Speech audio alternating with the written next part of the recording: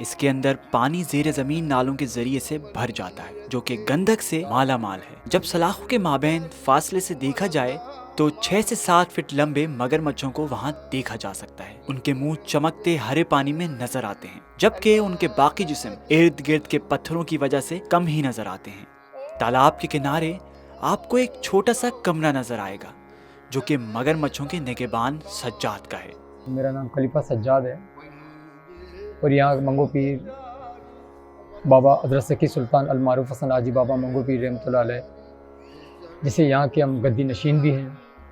ہمارے باپ دادا پردادا جیسے کہ 8-9 پشتیں اس کام کو سر انجام دے رہے ہیں، جو مگر مچھوں کو سنبھالنا اور پیچھے سے بابا کی خدمت میں رہنا۔ وہ پاکستان کے مگر مچھوں کے سب سے بڑے تالاب کے پیچھے کے عجائب بیان کرتے ہیں۔ یہاں پر جو مشہور مگر مچھوں کی جو روایت ہے، جو بعض زائرین کہتے ہیں کہ یہ بزرگوں کی طرف سے یہ کیسے آئے، کیونکہ یہ جو آپ دیکھ رہے ہیں مگر مچھ، یہ بابا فرید شکرگج رحمۃ اللہ علیہ، یہ ان کی نشانیوں میں سے، یہ انہی کی کرامات ہیں۔ یہ آج سے نہیں، یہ تقریباً 850-900 سال ہو چکے ہیں اس کی تاریخ کو۔ حضرت سکی سلطان المعروف حسن حاجی بابا منگو پیر کو یہ گفٹ میں ملے تھے یہ مگر مچھ، اور اب تک یہ مگر مچھ اسی دور سے آج تک اس تالاب میں یہی رہ رہے ہیں۔ ان کے کھانے کا انحصار ان عطیات پر ہے جو کہ زائرین ادھر دے کر جاتے ہیں، اگرچہ اس کی ذمہ داری محکمہ اوقاف کی ہے جو کہ حکومت سندھ کا ایک ادارہ ہے جس کا کام صوبے بھر کی مذہبی املاک کی نگہداشت کا ہے۔ یہ بہت نایاب چیزیں ہیں ہمارے پاس پاکستان میں موجود ہیں، اور ان چیزوں کی دیکھ بھال محکمہ اوقاف کی بھی ذمہ داری ہے اور محکمہ وفاق کی بھی ذمہ داری ہے کہ ان چیزوں کو اگنور نہیں کرنا چاہیے۔ مقامی لوگوں کے مطابق ان پر امن اور پرسکون مگر مچھوں نے کبھی کسی پر حملہ نہیں کیا، نہ ہی کسی کو نقصان پہنچایا ہے، کیونکہ ان کا انحصار لوگوں کی فراہم کردہ کھانے کے اوپر ہے۔ مگر مچھ ایک ایسی جانور ہے کہ دنیا میں سب سے خطرناک جانور ہے، اور میں سمجھتا ہوں اس کی لائسنس کبھی کوئی لائسنس ورلڈ لائف بھی آپ کو نہیں دے گی، اس کو نہ کسی گھر میں سنبھالنے کی، نہ اس کو، مگر کیونکہ ہم اس لیے کہ ہماری، آپ دیکھیں کہ ہماری نسبت کہ ہماری 8 پشتوں نے اس کو گھر میں ہی سنبھالا ہے، بچوں کی طرح پرورش کر رہے ہیں، تو ظاہر سی بات ہے ان کو سنبھالنا ہماری ایک ذمہ داری ہے، تو ہم اسی طریقے سے ان کو رکھ رہے ہیں، تو اس طرح رکھتے جائیں گے۔ لیکن یہ مگر مچھ آئے کہاں سے؟ یہ عام طور پر سچ مانا جاتا ہے کہ یہ مگر مچھ پیر منگو کے مرید ہیں اور وہ ان کو اپنے بالوں میں جوؤں کی شکل میں لائے تھے جو معجزانہ طور پر تالاب میں پھینکنے پر مگر مچھ بن گئے تھے، جس کے بعد وہ تالاب ان کا گھر بن گئے۔ پرانی لوگ ہیں بلوچ، یہ کہتے ہیں بابا کی جو ہیں، وہ پرانے تھے نا مجاور، وہ بیچارے انتقال کر گئے، اب یہ تو نئے ہیں، اگر نئے بیٹھ کے جیسے بتایا ان کو تو وہی چل رہے ہیں نقش قدم پہ، اور یہ جو پرانے تھے نا وہ تو مر گئے مگر مچھ، اب ان کے بچے ہیں تو وہ ہیں مگر مچھ کی دنیا دیکھنے کے لیے آتی ہے، گوشت گیرتی ہے، ہر چیز گیرتی ہے ان کے آگے، جو تمہیں توفیق دیا اللہ نے آپ گیرو اللہ کے نام پہ۔ تاہم ایک زیادہ عملی رائے یہ ہے جو کہ سائنسدانوں اور آرکیالوجسٹ کا ماننا ہے کہ کسی زمانے میں بڑے سطح کے سیلاب ان کو یہاں پر لے آئے۔ متبادل اور سادہ صورت یہ ہو سکتی ہے کہ مگر مچھ اسی منگو پیر علاقے میں ہی رہتے آئے ہیں۔ مگر مچھوں کے احاطے کے قریب ہی یہاں الگ نہانے کی جگہ ہیں، ایک خواتین کے لیے اور ایک مردوں کے لیے۔ یہاں آپ کو ہر عمر کے لوگ نظر آئیں گے جو چھوٹی چھوٹی دستی بالٹیوں سے خود کو سر سے پاؤں تک دھو رہے ہوتے ہیں۔ یہ پانی قدرتی، اس میں سلفر ہے، اس پانی میں مگر مچھوں کی پانی میں بھی ایسی ایک شفا ہے جو خاص طور پر لوگ جسمانی طور پر جزام جیسی بیماری، اسکین کی اللہ نہ کرے، کوئی بھی آپ کو بیماری ہو تو میں سمجھتا ہوں آپ کو برطانیہ جانے کی بھی ضرورت نہیں ہوگی علاج کرنے کی۔ زیر زمین گرم پانی کے چشموں سے جمع ہوتا ہوا ان تالابوں کا پانی گندک کے پتھروں سے گزر کر آتا ہے، جس کی وجہ سے یہ پانی جلد کی بیماریوں کے لیے شفائی خوبیوں لیے ہوتا ہے۔ ابھی میرے بچے کے جو نا دانے وانے ہو گئے تو پورے جسم میں، تو دنیا بھر کا میں نے علاج کرایا، ڈاکٹروں کے لے کے گیا، کوئی آرام نہیں آیا۔ یہاں چشمے کا پانی ہے، پانی سے نلایا بچے کو میں نے اپنے، تو انشاءاللہ ایک ہی بار نہلایا, دوسری بار پھر میں نہلایا نہیں, صحیح ہو گیا میرا بچہ. اگرچہ ان دعووں کو ثابت کرنے کے لیے کوئی ٹھوس تحقیق نہیں کی گئی, مسافر مختلف جگہوں سے یہاں آتے ہیں اور اس پانی کے ذریعے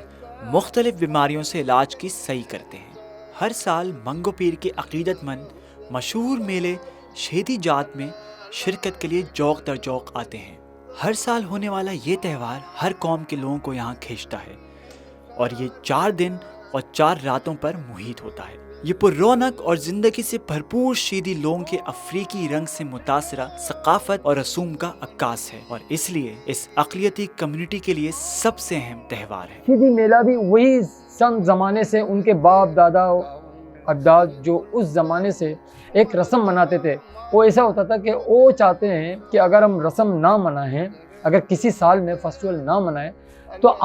ہم بیمار ہو جاتے ہیں. ان کا اپنا یقین و عقیدہ ہے. ہم تنگ ہو جاتے ہیں, ہم روزگار کے حوالے سے پریشان ہو جاتے ہیں. وہ کیوں اس طرح فیل کرتے ہیں کہ ان کا یقین ہے, عقیدہ بنا ہوا. حالانکہ اللہ ہی کرنے والا ہے, بے شک اللہ ہی سے ہوگا. اللہ بہت بڑا رحیم اور کریم ہے, تو اس پہ ہی کامیابی ہے اور آئندہ بھی کامیابی ہوتا رہے گا. او دیوں شاہ لطیف جگے لالم لال لطیف جگے پنجے وسن وچاری مردا مارل کنے ساری کرو سداری اللہ لاج کرو